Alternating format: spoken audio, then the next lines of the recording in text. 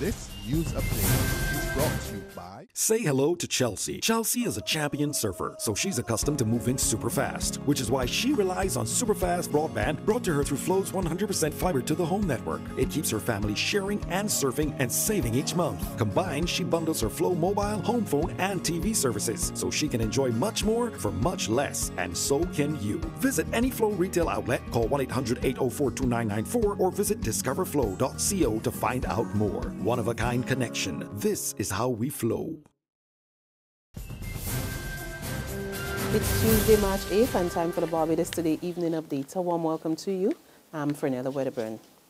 A bigger national budget. That's what's in store for Barbados this year, based on the estimates of expenditure and revenue for the 2016-2017 period, which was laid in Parliament today by Minister of Finance Chris Sinclair. In all, the Frundle-Stewart administration plans to spend $4.3 billion, which amounts to an increase of $92.5 million, or 2.2% over last year.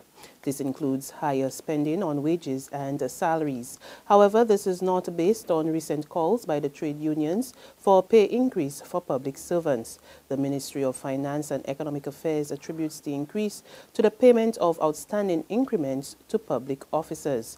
Overall, government is projecting a 5% shortfall this year based on $2.7 billion in current revenue. Against the backdrop of the recent healthcare financing debate, the biggest chunk of the proposed budget, or $146.3 million, is due to go to the Queen Elizabeth Hospital.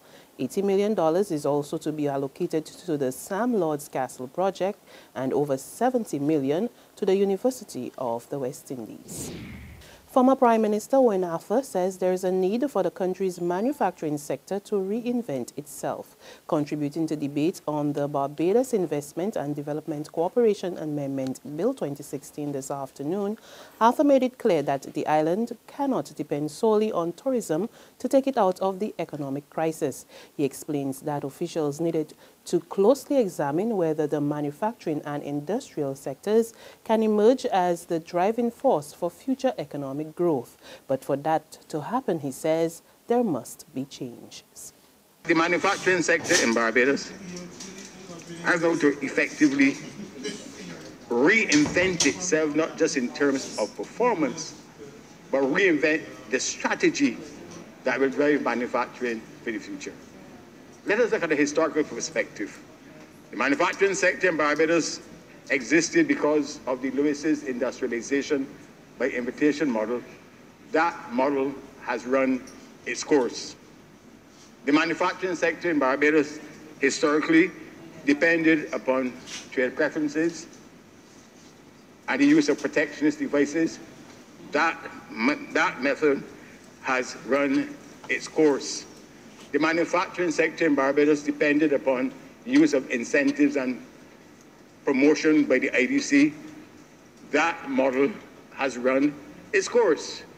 In other news, Barbados still has a way to go in achieving full gender equality and empowerment for women and girls. So says the Gender Affairs Committee of the National Union of Public Workers in its message to mark International Women's Day.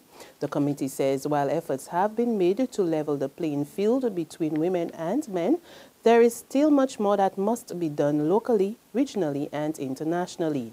It also urged women not to use the day to gloat on successes, but to review past struggles and accomplishments and create opportunities for future generations.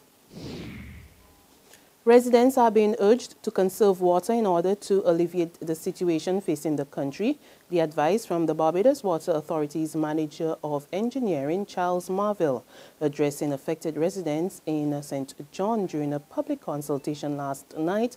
Marville explained that even the best efforts by the authority would amount to little if consumers do not stop wasting the precious commodity and reduce their demands on the BWA. Most of us, when we go to the kitchen sink and we washing up wares, we leave the water running. That water is wasted. It doesn't touch anything, it goes straight through the kitchen sink. And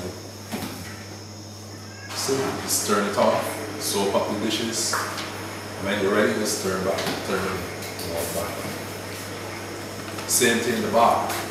You go into the bath, the lather, and the water is running, it doesn't touch. You doesn't touch anything except the floor of the bath and out through the drain. Just turn off the water. Brushing your teeth. Same thing again.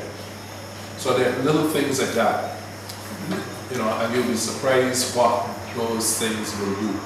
He, however, revealed the plans by the BWA to implement new systems aimed at improving the water supply in communities. We've gone into the Sweet Vale, Sweet Bottom area. We've started to develop a couple of wells there.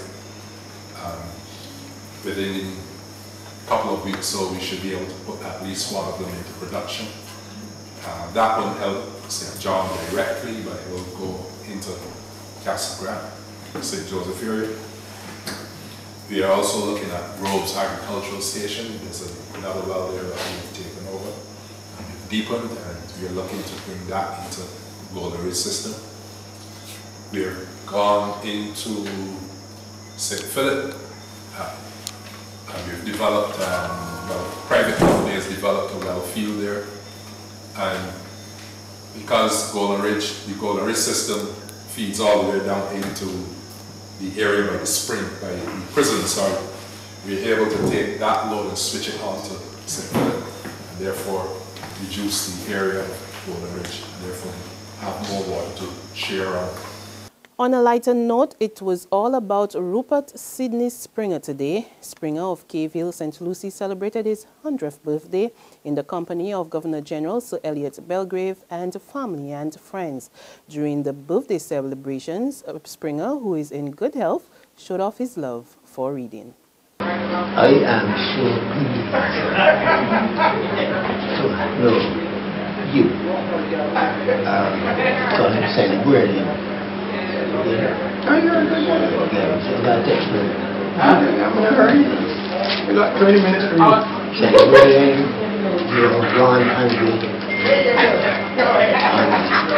of March 2016. I send my congratulations and best wishes on such a special day. In sports, the 2020 World Cup bowled off today with Scotland going up against Afghanistan and Zimbabwe challenging Hong Kong. Playing in Nagpur, the Afghans defeated the Scots by 14 runs. Set 171 to win, the Scots were well placed when openers George Munsey and Kyle Kozer shared 84 in 9 overs. But as the Afghan spinners took hold, Scotland lost 4 for 24, and 21 runs from the final over was too big to ask.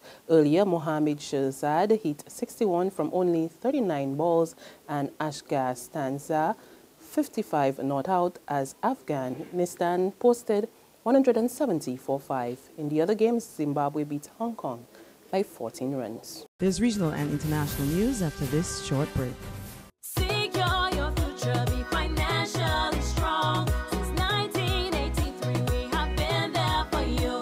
A smart range of products, great tax benefits. We're the solution to your hopes and your dreams. The Barbados Workers Union Cooperative Credit Union. The Barbados Workers Union Cooperative Credit Union. Humble beginnings to smart loans, smart savings. Save smart and borrow smarter, that's the move for me. Stability, prosperity, we're the solution to your hopes and your dreams. The Barbados Workers Union Cooperative Credit Union. The Barbados Workers Union Cooperative Credit Union. Lord, these papers ain't selling at all, at all. Get your paper, get your paper. Only $2.25, get your paper. Get your paper, miss. Look, take it, I can pay for it. Barbados today, all the way.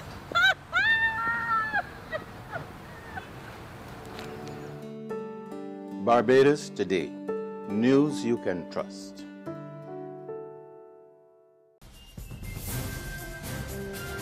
To news from our regional neighbors, Dominica has a new Minister of Public Works and Ports. She is Miriam Blanchard, who served as Minister of State in the Prime Minister's office with responsibility for project planning and implementation.